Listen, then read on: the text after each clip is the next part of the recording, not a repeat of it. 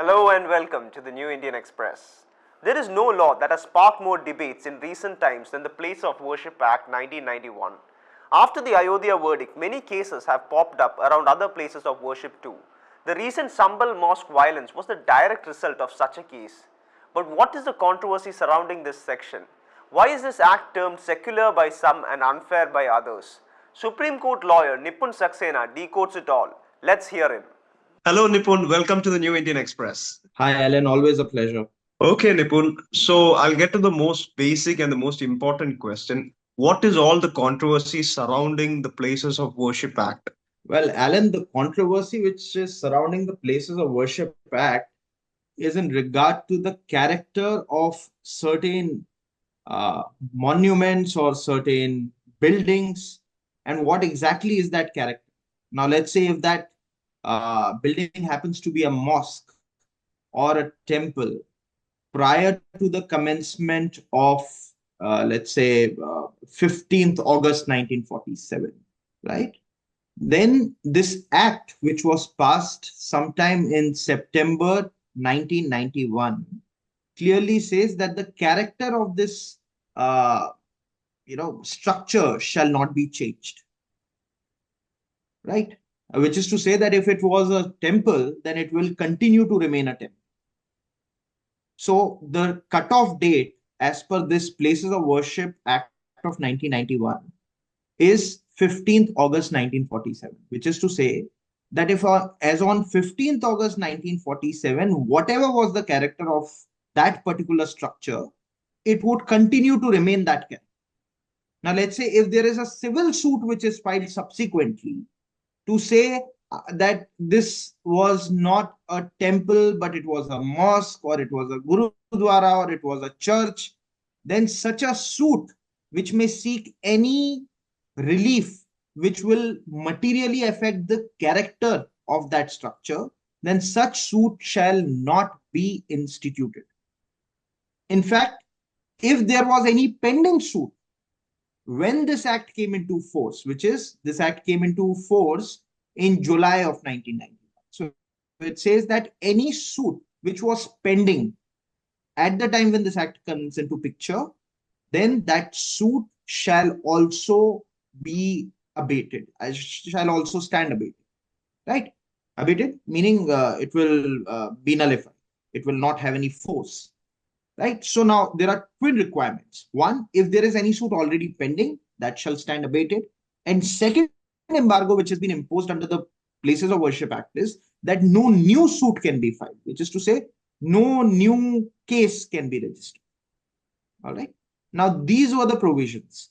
The cutoff date, of course, for all of that to happen, the structure must necessarily be one whose character or status was determined as on 15th August 1947. So, which is to say that if after 15th August 1947, there is a structure which is, say, newly built, and its character has to be ascertained, whether that is a church or a mosque or a temple, then this act will have no application.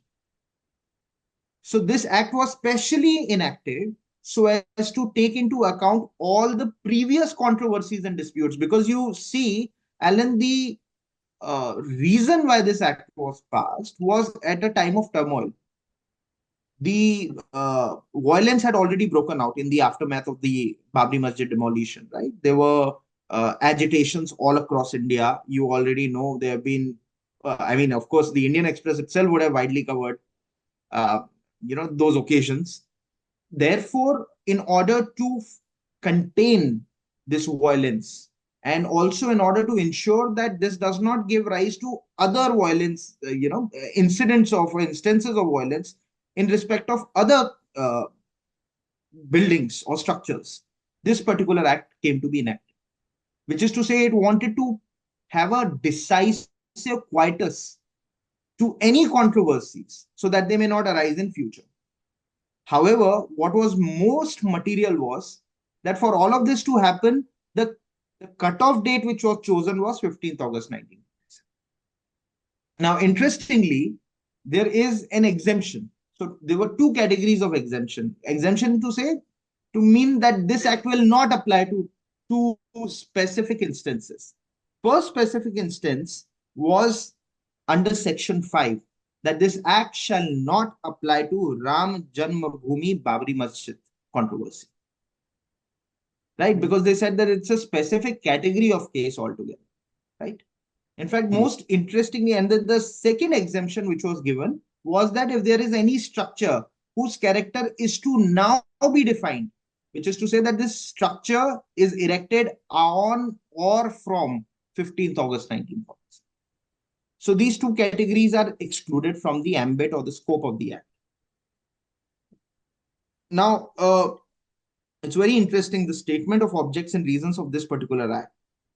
It says that in order to maintain communal harmony and peace, matters decided by courts, tribunals, or other authorities, or those settled by parties amongst themselves or through acquiescence between 15th August and 11th July 1991 are also exempted from the operation of this act. Right? So in whichever cases there was a decision which was passed by any court or tribunal in the country, or where the parties mutually arrived at a consensus as to the nature of the structure, those category of cases were also kept outside the Places of Worship Act.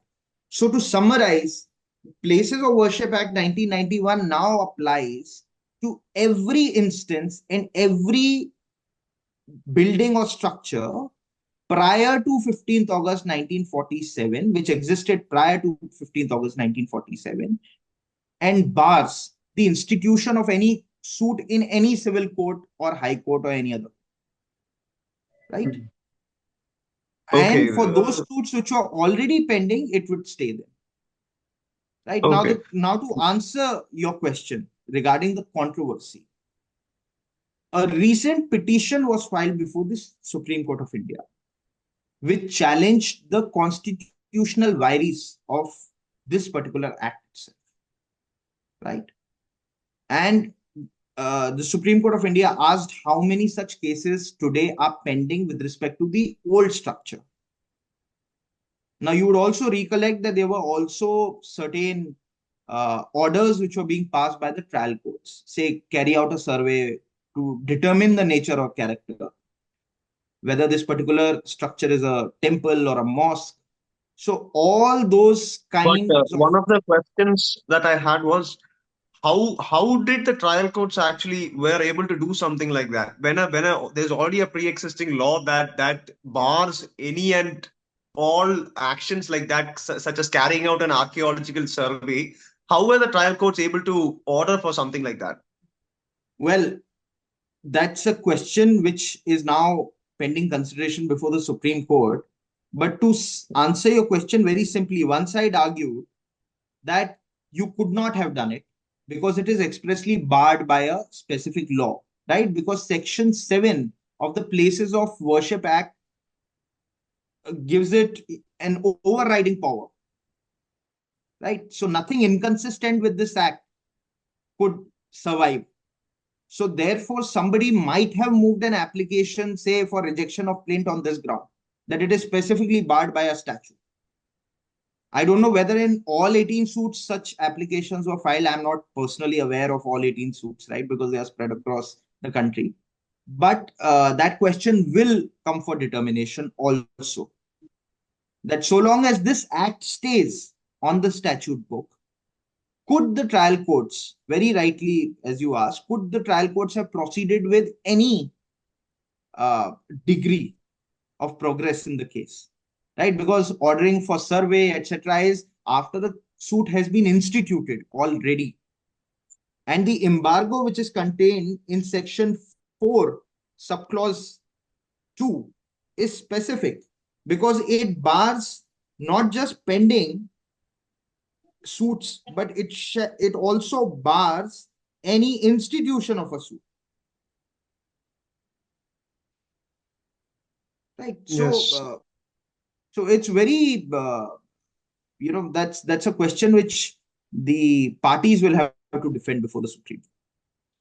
Yes. But now the controversy is that if this act goes, then all the suits, not only will all pending suits be revived, but also it will not bar institution of new suits for structures which existed prior to 15th August 1947. Okay, so we are looking Right? at So a whole new the whole. It repercussions, becomes a therefore, huge nexus of absolute.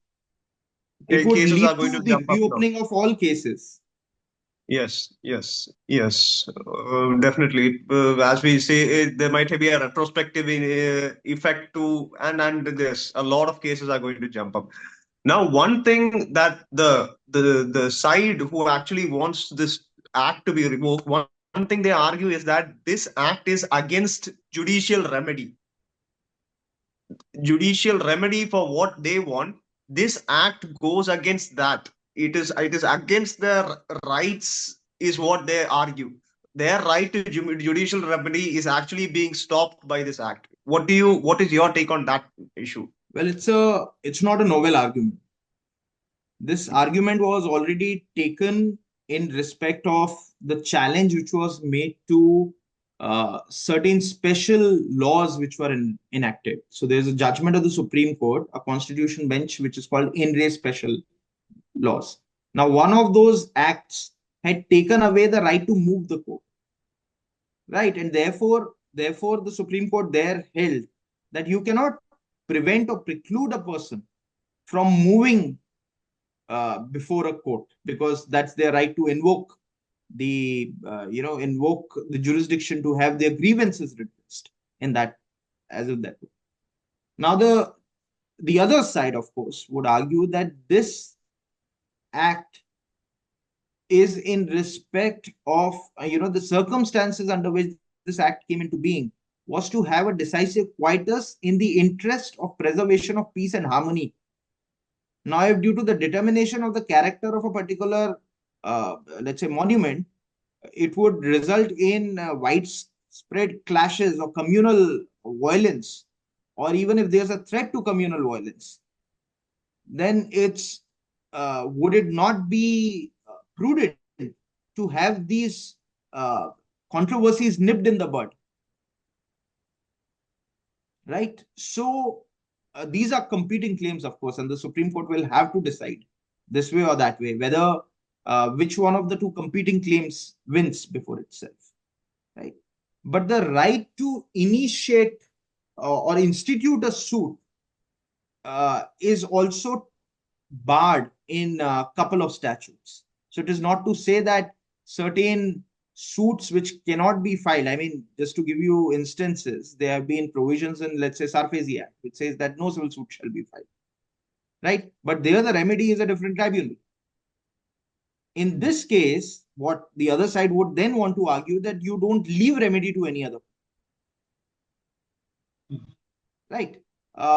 So that is something which has to be considered by the Supreme Court while balancing the two interests. I don't want to yet make a comment on it because the matter is sub judice.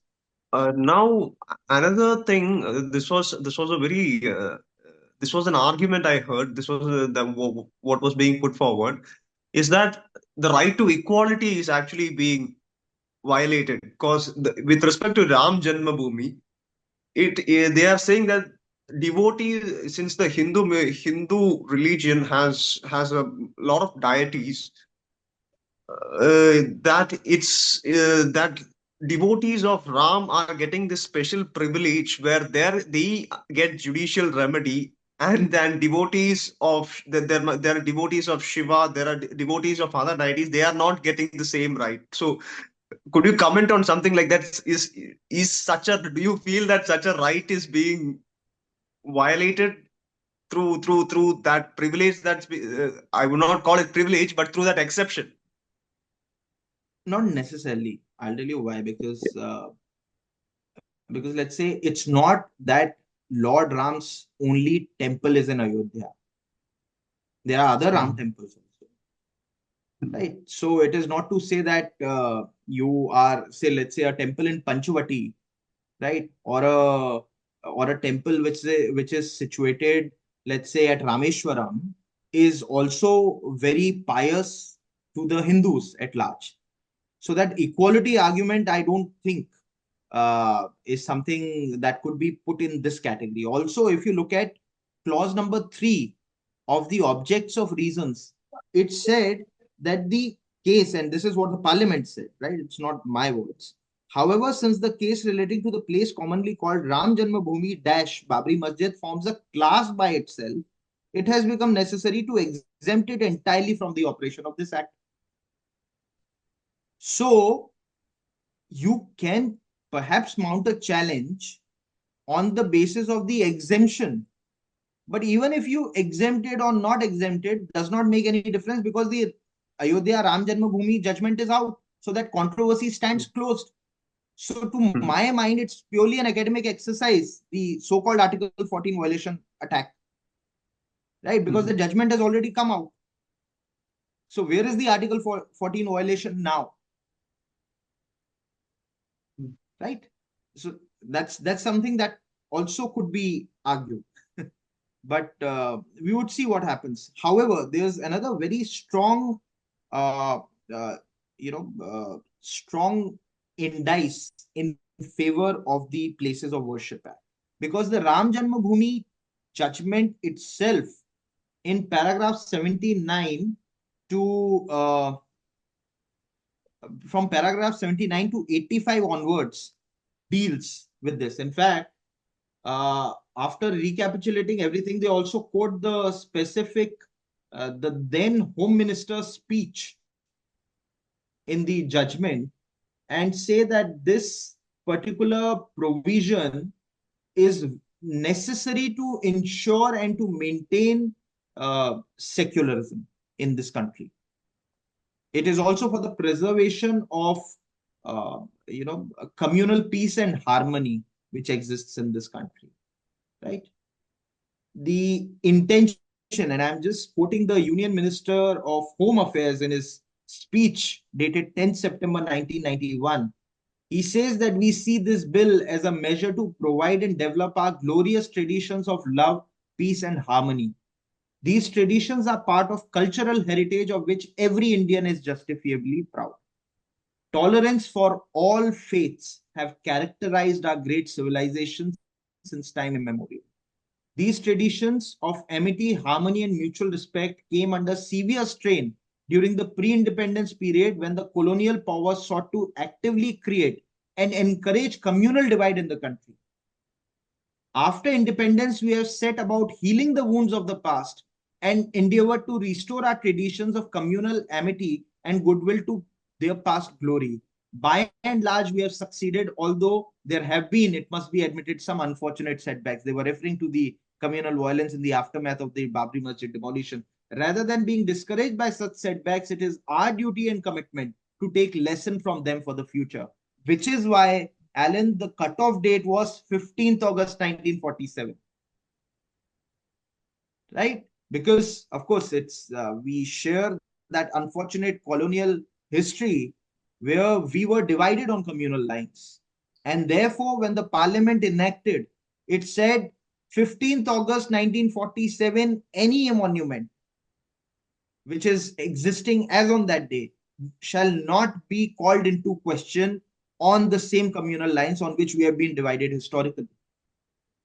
So in that sense, the Supreme Court then justifies this speech and elaborates further on to say that therefore the Places of Worship Act secures the fundamental values of the Constitution. Right? It's a very powerful phrase, the fundamental values of the Constitution itself. And then it goes on to suggest that the Places of Worship Act imposes a non-derogable obligation towards enforcing our commitment to secularism under the Indian Constitution. Right? So tolerance, mutual harmony, the expression fraternity that you see from preamble are the core values which are ingrained and inherent to the Constitution, which was symbolized, which were manifested through this statute, which is called the Places of Worship Act. Yes. Yes. So therefore, the Supreme Court today will also have to consider that a 5-judge bench, which is a constitution bench, has already affirmed in so many words the reason, the rationale behind the act, and the purpose that the act seeks to achieve. With those many principles approved by the entire majority decision in Ayodhya Ram Janmabhoomi temple discourse, is this challenge even maintainable? Because right now it's a special bench of 3 honorable judges who are hearing the matter. But naturally, they will also be guided by the decision of the Constitution bench and 5 judges, which will be binding on them under Article 141. Right. Unless, of course, they feel that a larger bench has to be constituted, and therefore the principles here will then come up for fresh, for a fresh look.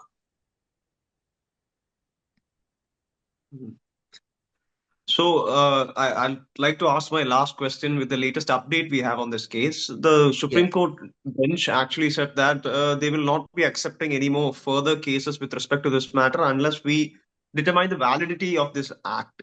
So do you think that this subject should have this act should have been become the validity of this act, and this must have been discussed, must have come up before discussion along a few years back, or is now the right time? It's a very casual question, just to know your opinion on the matter. Well, see, 1991, this statute is relatively very new. 1991 is the date when this statute comes to be enacted. It came into force on the 11th of July 1991, although it was passed by the Parliament on the 18th of September 1991, but it related back to a date. The cutoff date, as I already told you, was 15th August 1946. Right. So now and of course, there are acts which have retroactive applicability, so that may not be a very good ground to agitate, even if somebody challenges that how can this act have a retroactive operation? It can.